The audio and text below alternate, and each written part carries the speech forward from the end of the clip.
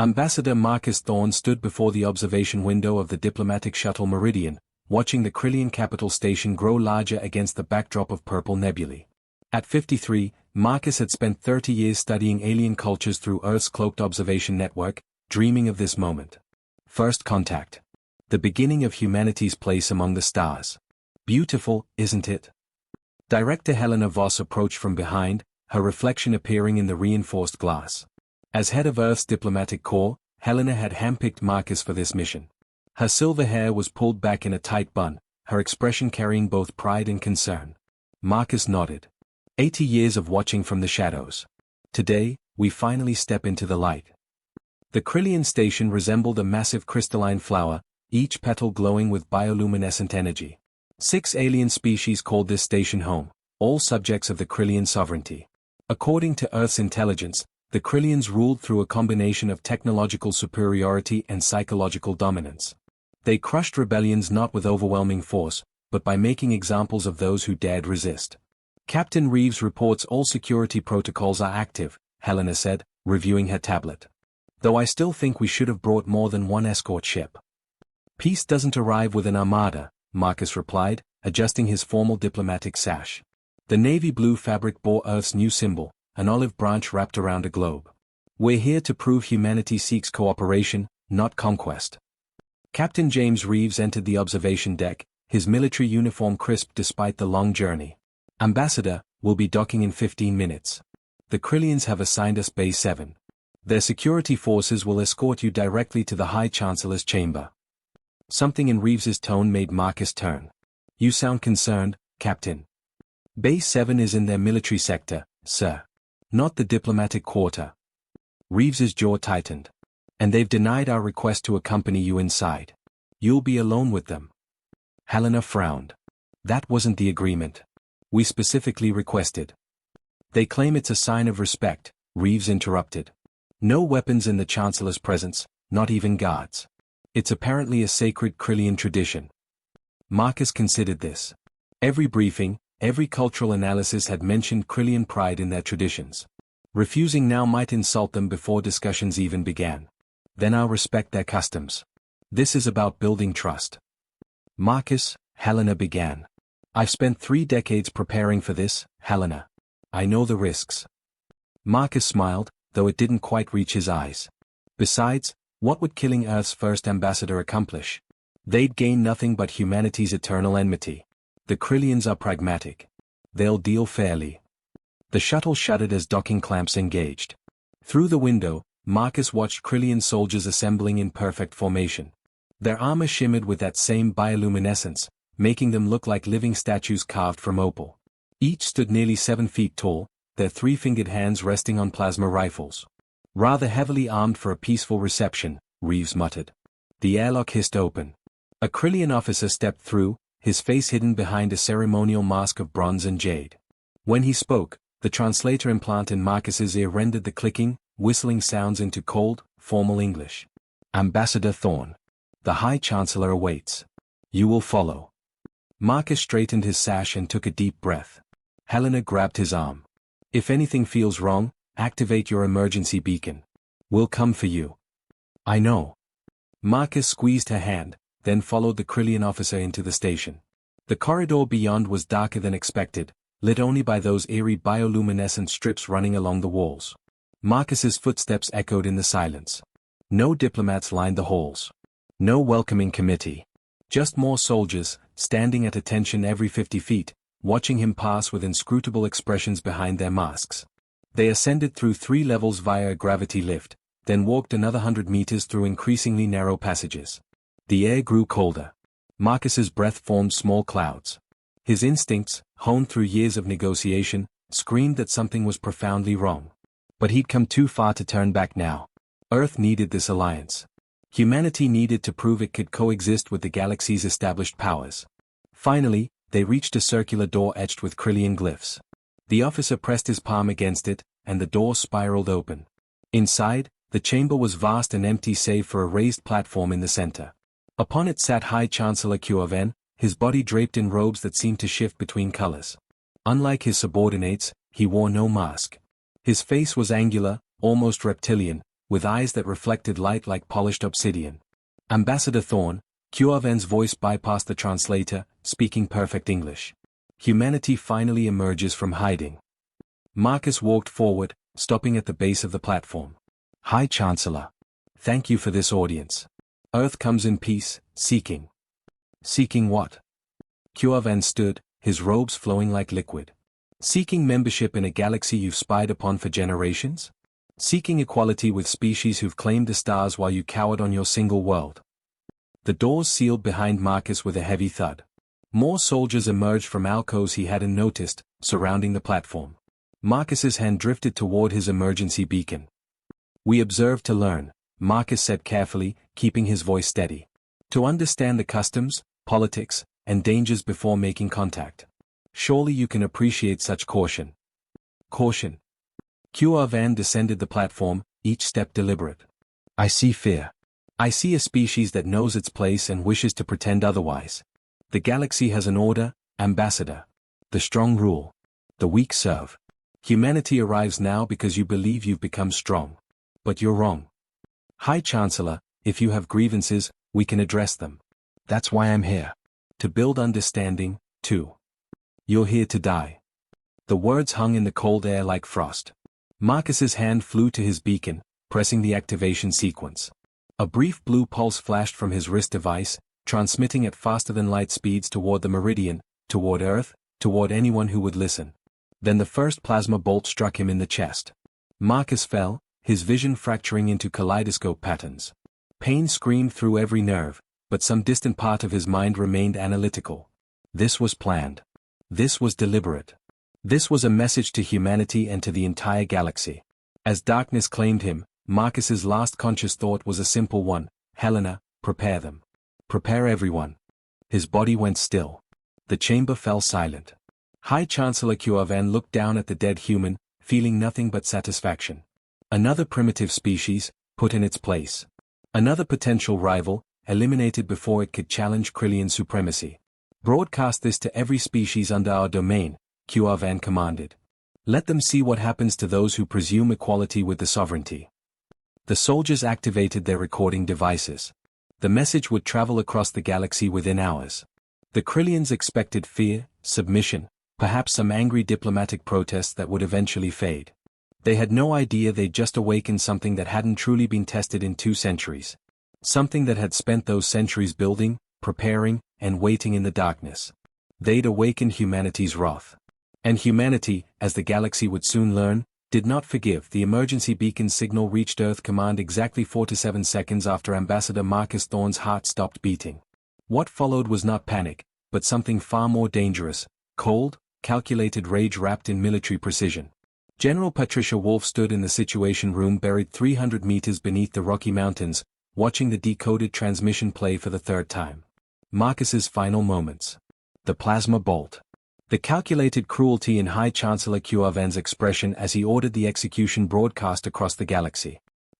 Colonel Devon Hunt approached, his jaw set in a hard line.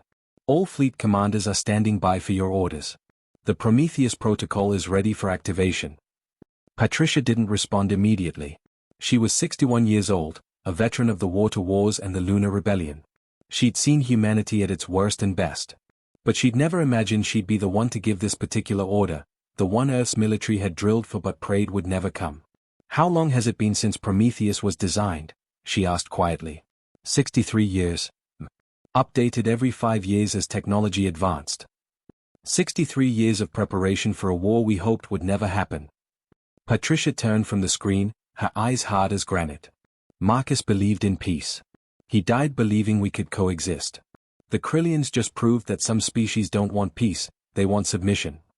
She walked to the central command console, placing her palm on the biometric scanner. Activate Prometheus protocol. Authorization Wolf Alpha 779er. The room's lighting shifted from white to deep amber.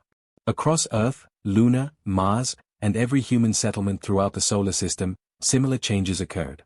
Military bases that had appeared dormant for decades suddenly blazed with activity. Massive hangar doors opened in the far side of the moon, revealing shipyards hidden from any outside observation. On Mars, entire mountains split apart, concealing underground factories that had been producing weapons for 8 decades. The Prometheus Protocol wasn't just a battle plan. It was humanity's insurance policy, a guarantee that if peaceful contact failed, Earth would never be caught defenseless. All stealth satellites are decloaking, Hunt reported. Transmitting full military capability to Krillian space. They'll know we're coming. Good, Patricia said. I want them to know. I want them to have time to understand exactly what they've done. Across the solar system, humanity's true fleet emerged from hiding.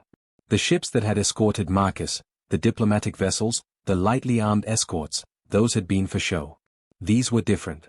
Dreadnoughts the size of city blocks, bristling with rail guns and plasma cannons. Carriers holding thousands of fighter craft. Destroyers equipped with weapons that bent physics in ways that would terrify the galaxy's established powers. Earth hadn't been cowering for 80 years. They'd been watching, learning, and building. President Rodriguez is requesting a video conference, an aide announced. Patricia nodded, and the main screen shifted to show President Elena Rodriguez in the Oval Office. The president looked exhausted, her eyes red from crying. But her voice was steady. General Wolf, the world is demanding justice. The Security Council has given unanimous approval for military action. But I need to know, can we win this? Madam President, we can do more than win. We can make them regret ever learning humanity exists. What are our objectives? Patricia gestured to Hunt, who brought up a three-dimensional map of Krillian space. Phase 1, eliminate their forward military bases. Show them our technological superiority. Phase 2, siege their capital station where Marcus died. Phase 3, force unconditional surrender and complete regime change. We're not seeking territory, Madam President. We're seeking justice. Elena nodded slowly. Marcus wouldn't have wanted genocide. And he won't get it. But he would have wanted humanity to stand up. To prove we're not prey. To ensure no other species makes the same mistake as the Krillians. Then you have my authorization, General. Bring our people home. Make the galaxy understand that humanity's patience has limits. The transmission ended. Patricia turned to her assembled officers, men and women who'd trained their entire lives for a war they'd hoped would remain theoretical. Ladies and gentlemen, Ambassador Marcus Thorne went to the Krillians with an olive branch. They answered with murder. Now we show them what happens when humanity offers peace and receives violence in return. She paused, letting her words sink in. Colonel Hunt, your fleet will lead the first strike. Target their forward base at Epsilon Crossing. Leave nothing operational. Devon saluted. Yes? When do we launch? Immediately. I want the first Krillian base destroyed within 6 hours. Send a message with the attack, humanity does not kneel. 6 hours later, Colonel Devon Hunt stood on the bridge of the EFS Retribution, Earth's newest and deadliest warship. Behind him stretched a fleet of 200 vessels, all equipped with technology the Krillians didn't know existed. Jump drives that made their travel look like crawling. Shields that could withstand sustained bombardment. Weapons that could crack planets. Exiting jump space in 3, 2, 1. The stars shifted, and Epsilon Crossing appeared before them, a massive military installation carved into an asteroid, surrounded by 50 Krillian warships. Sensor arrays and weapon platforms covered every surface. It was designed to be impregnable. Sir, they are hailing us, his communications officer reported. Put them on screen. A Krillian commander appeared, his face a mask of contempt. Human vessels, you are in violation of sovereignty space. Withdraw immediately or be destroyed. Devon leaned forward. I am Colonel Devon Hunt of the Earth Federation. 6 hours ago, your High Chancellor murdered Ambassador Marcus Thorne in cold blood. You broadcast his execution as a message to the galaxy. Consider this our reply. The Krillian's expression shifted to confusion, then alarm as his sensors registered the human fleet's power signatures. You dare threaten the sovereignty? We will crush. You'll do nothing, Devon interrupted. Because in approximately 30 seconds, your base will cease to exist. Use that time to evacuate if you value your lives. He cut the transmission. All ships, weapons free. Target the base infrastructure. Avoid civilian casualties where possible, but destroy their military capacity completely. The human fleet opened fire. The Krillians had never seen anything like it. Railgun slugs traveling at relativistic speeds punched through their shields like paper. Plasma torpedoes, not the weak versions the Krillians used, but fusion-enhanced variants, melted through armor plating. And the fighter craft that swarmed from the human carriers moved with impossible agility, their AI-assisted pilots executing maneuvers that would kill organic beings through G-forces alone. The 50 Krillian warships fought back desperately, but it was like children throwing stones at tanks. Their weapons splashed harmlessly against human shields. Their fighters were systematically eliminated. Within 8 minutes, the battle was effectively over. Devon watched the main base's reactor core breach, the explosion blooming silently in vacuum. Scan for survivors. Rescue pods only, let them live to carry the message. Sir, we're detecting a Krillian emergency broadcast, the communications officer said. It's being transmitted to their entire territory. Let's hear it. Static crackled, then a panicked Krillian voice. Human fleet appeared from nowhere, our ships are destroyed, they have weapons we cannot counter, request immediate reinforcements at Epsilon. The transmission cut off as the last communication array exploded. Devon felt no satisfaction, only grim determination. Set course for the Krillian capital station. Maximum speed. Send a narrow beam transmission to High Chancellor Qarvan. Tell him we're coming for him specifically. Sir, what should the message say? Devon thought of Marcus, of the man who'd believed in peace, who died for that belief. Tell him Ambassador Thorn came in peace. We come for justice. And unlike him, we keep our word. In the Krillian capital, High Chancellor Qarvan received the news of Epsilon Crossing's destruction with disbelief that rapidly transformed into terror. His military advisors crowded the council chamber, their earlier arrogance replaced by stark fear. How is this possible?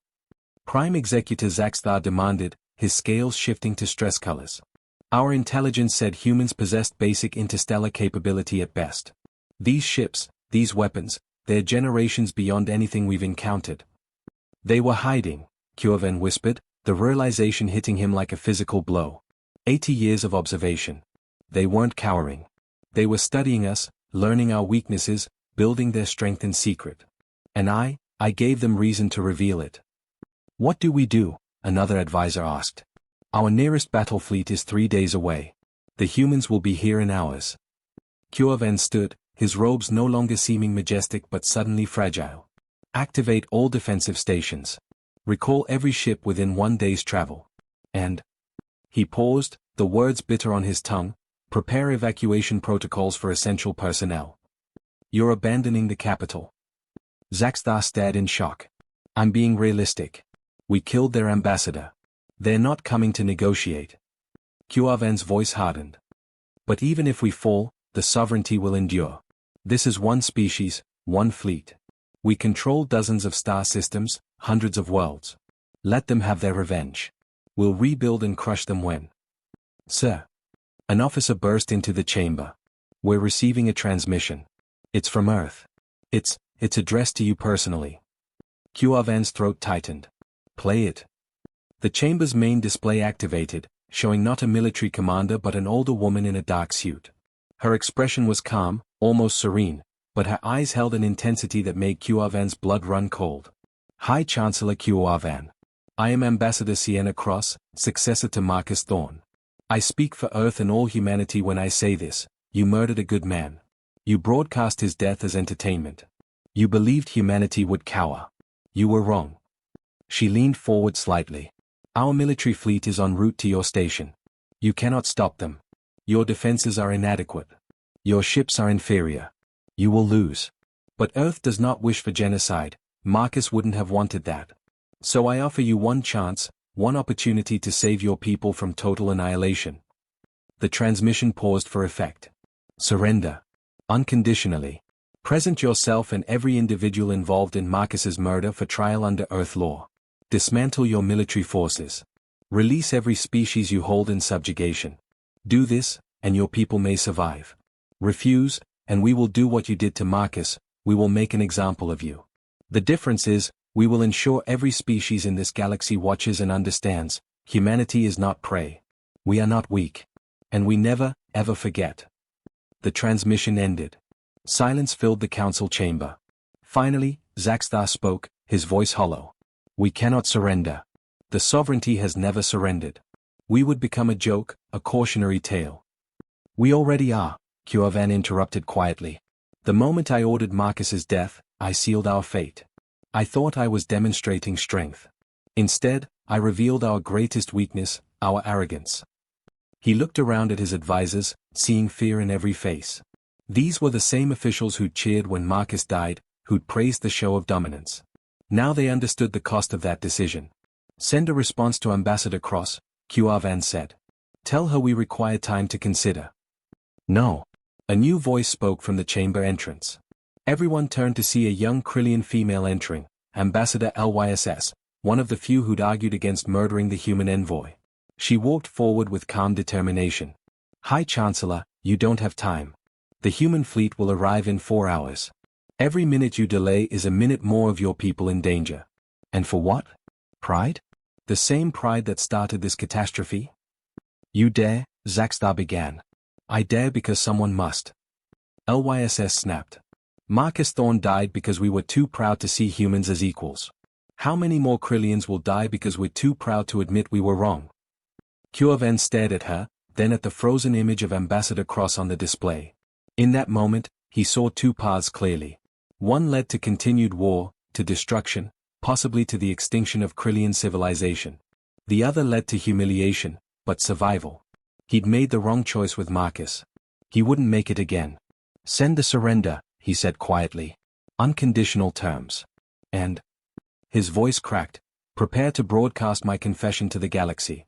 Let everyone know what I did and what it cost us. Prime Executor Zaxtar looked at him in horror. You're condemning us to eternal shame. No, Van replied, slumping into his throne. I'm saving us from eternal extinction. Marcus Thorne came in peace, and I killed him. Now humanity comes for justice, and we have no choice but to face it.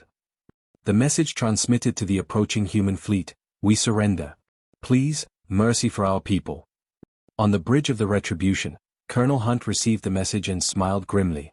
Alert General Wolf. Phase 2 is complete. The Krillians are broken. Now comes the justice. Humanity had awakened. And the galaxy would never be the same. Admiral Victor Kane stood on the bridge of the EFS Dominion, humanity's most powerful warship, watching the Krillian capital station grow larger through the viewport. Behind his fleet, space itself seemed to shimmer with the gathered might of Earth's military. Over 400 vessels arranged in perfect formation, their hulls gleaming like silver daggers pointed at the heart of the sovereignty. Victor was 70 years old, a man who'd spent 40 years preparing for a war he'd hoped would remain hypothetical. His gray hair was cropped military short, his face lined with decades of command decisions. But his eyes remained sharp, clear, and utterly focused. Admiral, we're receiving continuous surrender signals from the Krillian station, his tactical officer reported. They're powering down weapons, deactivating shields. Scanners show no hostile intent. Maintain battle stations anyway, Victor ordered. They murdered an unarmed diplomat. I won't assume good faith now. Behind him, Dr. Tobias Crane studied multiple holographic displays showing the station's layout, defensive capabilities, and population distribution. Tobias was humanity's chief strategist, the architect of the Prometheus Protocol, and the man who'd spent 3 decades planning how to dismantle hostile alien civilizations with minimal loss of innocent life. His thin frame and wire-rimmed glasses made him look more like a university professor than a military genius. Admiral, I'm reading approximately 2 million beings on that station, Tobias said, his voice analytical. 60% Krillian, 40% other species, likely servants or subjugated populations. If we're going to occupy, we need to ensure civilian safety. Agreed. Deploy occupation forces to secure all vital systems, life support, power generation, communications. I want control of that station within 2 hours. Victor turned to his communications officer. Any word from President Rodriguez? Yes, sir. She's addressing Earth now. Shall I relay it? Put it on screen. The viewport shifted to show President Elena Rodriguez standing in the newly built Memorial Hall, where Ambassador Marcus Thorne's empty casket rested beneath Earth's flag. The president looked tired but resolute, her voice carrying across every human settlement from Earth to the outer colonies. My fellow humans, today we stand at a crossroads. Ambassador Thorne went to the stars carrying our highest hopes, that humanity could join the galactic community as equals, as partners in peace. The Krillian sovereignty answered that hope with murder. They executed Marcus in cold blood, broadcast his death as entertainment, and expected us to cower in fear. Elena paused, her expression hardening. They were wrong. Our military forces, prepared in secret for decades, have proven Earth's technological superiority. The Krillians have surrendered unconditionally. But now we face a harder question. What kind of species does humanity want to be? Do we become conquerors? Do we repeat the Krillians' mistakes? Or do we show the galaxy that justice and mercy can coexist? She looked directly into the camera. We choose justice. The Krillian leadership will face trial for their crimes. Their military will be permanently dismantled. Every species they've subjugated will be freed. But we will not commit genocide. We will not become the monsters who killed Marcus. Instead, we will prove that humanity's strength lies not in our weapons, but in our principles. The transmission ended. Victor felt a weight settle on his shoulders, the weight of implementing those lofty principles in the messy reality of occupation and judgment. Admiral, the Krillian High Chancellor is requesting to speak with you directly, the communications officer said. He says he's ready to surrender in person. Victor straightened his uniform. Put him on screen. High Chancellor Qavan appeared, and Victor was struck by how diminished he looked. The arrogant tyrant who'd ordered Marcus's execution now seemed old, defeated, his scales dull with stress. When he spoke, his voice trembled. Admiral Kane, I am High Chancellor Qavan. I surrender myself and my government to Earth authority. I ask only that you spare my people. They followed my orders. The guilt is mine alone. Victor studied the alien leader coldly. How many others participated in Ambassador Thorne's murder? 7 members of my military council were present. They supported the decision. The guards who carried out the execution numbered 12. Then those 19 individuals will stand trial alongside you. Your people will be spared, but justice will be served. Victor leaned forward. High Chancellor, you made a calculated decision to murder an unarmed diplomat. You believed it would demonstrate strength. Instead, you've destroyed your civilization's independence. The Krillian sovereignty as you knew it is finished. Do you understand? Qavan's head bowed. I understand. And I deserve this fate. But please, Admiral, the species I subjugated, the Telvari, the Morphex, the Quillians, they've suffered under Krillian rule for generations. Whatever you do to us, please free them. Victor felt a flicker of surprise. The tyrant showing concern for his victims? Perhaps there was something salvageable here after all. They will be freed. That was always our intention. Unlike you, we don't believe in subjugation. Then you are better than I ever was, Qavan whispered. The transmission ended. Dr. Tobias Crane approached Victor, his tablet displaying complex legal frameworks. Admiral, I've been working with Earth's legal experts on the trial structure. We're proposing an international tribunal, not just Earth judges, but representatives from the freed species as well. Let the victims have a voice in justice. Agreed. But we maintain ultimate authority. I won't risk this turning into a revenge killing. Victor turned to address his senior staff. Begin occupation operations. Secure all military installations first, then transition to humanitarian support. I want food, medicine, and essential services restored within 24 hours. Show the Krillian civilians that Earth came for their leaders, not for them. The fleet moved into position around the capital station. Dropships launched, carrying thousands of human soldiers in powered armor. But accompanying them were medical teams, engineers, and humanitarian specialists. This wasn't an invasion, it was a transition of power, carefully orchestrated to minimize suffering. 3 days later, the tribunal convened in the same chamber where Marcus Thorne had died. The symbolism was deliberate. Where murder had occurred, justice would now be served. Victor stood at the back of the chamber, watching as High Chancellor Qavan and his 18 co-conspirators were led in, their hands bound with energy restraints. Facing them sat a panel of 7 judges, 3 from Earth, and 1 each from the Telvari, Morphex, Quillian, and VRNN species, all former Krillian subjects, now free. President Elena Rodriguez presided, her presence transmitted via hologram from Earth. She looked at each defendant, her expression grave. High Chancellor Qavan, you stand accused of murder, crimes against sapient species, and violations of the Galactic Convention on Diplomatic Immunity. How do you plead? Qavan stood slowly. His voice was steady now, accepting. Guilty, Madam President. I ordered Ambassador Thorne's execution. I believed it would demonstrate Krillian dominance. I was wrong. I dishonored my species, violated every principle of civilized conduct, and started a war we could not win. I accept full responsibility. Murmurs rippled through the chamber. One of the Krillian civilians in attendance, a female named LYSS who'd argued against Marcus's murder, stood. "Madam President, may I speak?" Elena nodded. "The floor recognizes Ambassador LYSS. I am Krillian, and I feel shame for what my government did. But I want Earth to know that many of us argued against this action. We wanted peace. We wanted to meet humanity as friends." Tears formed in her eyes. Marcus Thorne deserved better. We all deserved better. I ask Earth not to judge all Krillians by our leadership's crimes. Elena's expression softened. "Ambassador LYSS, humanity understands that leaders do not always represent their people. We have our own history of terrible governments and unjust actions. That's why this tribunal exists, to hold specific individuals accountable, not to condemn an entire species." She turned back to Van. "High Chancellor, you have pled guilty.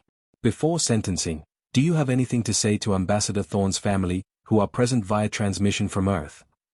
A new hologram appeared, Director Helena Voss, Marcus's mentor, standing beside Marcus's adult children. Helena's face was drawn with grief, but her voice remained controlled. "High Chancellor, Marcus spent 30 years preparing to meet you. He believed in peace, in understanding, in the possibility of cooperation between species. He died believing those things. You took from us a man who represented humanity's best qualities. What do you have to say to us?" Van looked directly at Helena, and for the first time, genuine emotion cracked his composure. "I cannot ask for forgiveness. I do not deserve it. But I want you to know that I understand now what I destroyed. Marcus Thorne was a better being than I will ever be. If I could undo my decision, if I could bring him back, I would trade my entire civilization for that chance. But I cannot. All I can do is accept my punishment and hope that somehow, someday, Krillians and humans can build the peace Marcus wanted." Helena stared at him for a long moment, then nodded once. "That's all I needed to hear. That you understand what you took from us, from everyone." President Rodriguez consulted with the other judges briefly, then addressed the chamber. "High Chancellor Van, you are sentenced to life imprisonment under Earth custody. You will serve your sentence working to repair the damage you've caused, helping to rebuild the societies you destroyed, teaching future Krillian generations about the cost of arrogance, ensuring Marcus Thorne's death has meaning. You will live, but you will never be free. The same sentence applies to all co-conspirators." Van bowed his head. "I accept this judgment." "Furthermore," Elena continued, "the Krillian sovereignty is hereby dissolved. In its place, we establish the Krillian Republic, a democratic government that will be supervised by Earth for a transitional period of 10 years. All subjugated species are granted immediate independence. Krillian military forces are reduced to a defensive militia only. And finally, every Krillian citizen will receive education about Ambassador Thorne's mission and death, so this mistake is never repeated." She stood, her hologram seeming to grow more solid. "Let this be Earth's message to the galaxy: we came in peace. We were answered with violence. We responded with overwhelming force. But we choose justice over vengeance, rehabilitation over destruction. Let every species know that humanity will defend itself without mercy, but we will never become the tyrants we fought." The tribunal concluded. Van and his co-conspirators were led away to begin their sentences. The freed species representatives approached Elena's hologram, offering thanks and pledging friendship with Earth. Victor watched it all, feeling a complex mixture of satisfaction and sorrow. They'd won. Justice had been served. But Marcus was still dead. 6 months later, Victor stood in the newly opened Marcus Thorne Memorial Garden on Earth, watching children from a dozen species play together beneath trees transplanted from every freed world. The garden sat on the grounds of the new Galactic Embassy complex, where ambassadors from 40 species now worked to build genuine cooperation. Dr. Tobias Crane joined him, carrying 2 cups of coffee. The Krillian Republic held their first democratic election yesterday. Ambassador LYSS won by a landslide. She's already requesting a formal alliance with Earth. "Fast work," Victor observed. "Think they've really changed?" "I think we shocked them into understanding that the old ways don't work anymore. Fear-based dominance, subjugation, those tactics fail when you encounter a species that won't submit." Tobias sipped his coffee. "We've changed the galaxy's power structure, Victor. Every empire that relied on intimidation is now reassessing. They've seen what happens when humanity is pushed." "And what have we become?" Victor asked quietly. "We unleashed weapons that terrified the galaxy. We broke an entire civilization. Are we the good guys or just more effective tyrants? We're what we needed to be, Tobias replied. Marcus tried the peaceful path, and it got him killed. We showed the galaxy that humanity has claws. But then, and this is crucial, we didn't use those claws to conquer. We used them to establish rules. We proved that strength and justice can coexist. A young Telvari child ran up to them, her blue fur ruffled with excitement. Admiral Kane. Look, I learned how to say thank you in human. She carefully pronounced the words in English, beaming with pride. Victor smiled, kneeling to her level. That's excellent. What's your name? Kira. My parents said you freed us from the bad Krillians. They said humans are heroes. Victor glanced at Marcus's memorial statue nearby, the ambassador frozen in bronze, one hand extended in greeting, forever offering the peace he never got to achieve. We're not heroes, Kira. We're just people who believe everyone deserves freedom and dignity. Your species should have been free a long time ago. We just helped correct that. Kira hugged him suddenly, then ran off to join the other children. Tobias chuckled. Not heroes, he says, while children from 5 species play in a garden named after the man whose death started it all. Marcus would have hated that his death led to war, Victor said, standing. Maybe. But he would have loved this, all these species working together, the Krillians reforming, the galaxy learning that cooperation beats domination. Tobias gestured to the embassy complex. His death bought this, Victor. It's tragic, but it's not meaningless. Victor nodded slowly. In the distance, a Krillian delegation arrived for meetings with Earth diplomats. Among them was Qarvan's successor, the new chancellor, carrying documents for trade agreements and mutual defense pacts. The galaxy had indeed changed. You know what the strangest part is? Victor said. We prepared for this war for 80 years. We built all those weapons, trained all those soldiers, planned every scenario. And now that it's over, I realize we didn't fight for territory or resources or even revenge, not really. Then what did we fight for?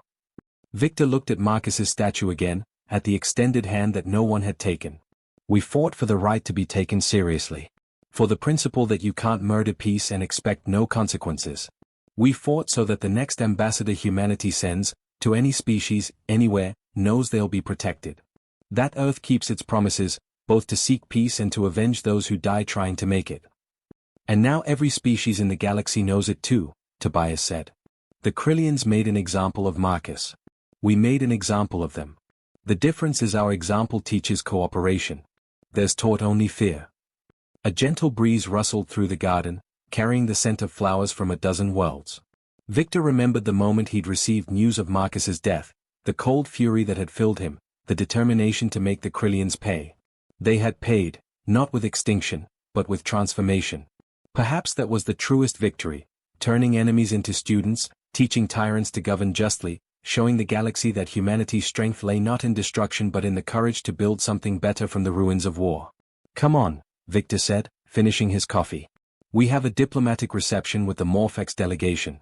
Time to continue what Marcus started. Think we'll ever face another situation like the Krillians?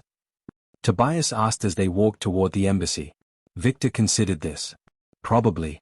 The galaxy's a big place, full of species with different values. We'll encounter more conflicts, more misunderstandings. But now everyone knows the rules. Try to destroy humanity, and you'll face our wrath. But seek genuine peace, and you'll find no more loyal ally. Marcus taught us to hope for peace. The Krillians taught us to prepare for war. Together, those lessons make us complete. They entered the embassy, where species from across the galaxy gathered. Humans moved among them, not as conquerors or victims, but as equals, respected, even feared, but also trusted. The age of hiding was over. The age of humanity as a galactic power had begun. And somewhere in the stars, Marcus Thorne's legacy lived on, not in the war fought in his name, but in the peace that followed it. His extended hand, though rejected once, had eventually been grasped by dozens of species who learned that humanity meant what it said. We come in peace, but we will not be destroyed. The galaxy had learned its lesson. Humanity had claimed its place. And justice, tempered with mercy, had prevailed. The story of Earth's awakening was complete. But the story of humanity's future among the stars? That was only beginning.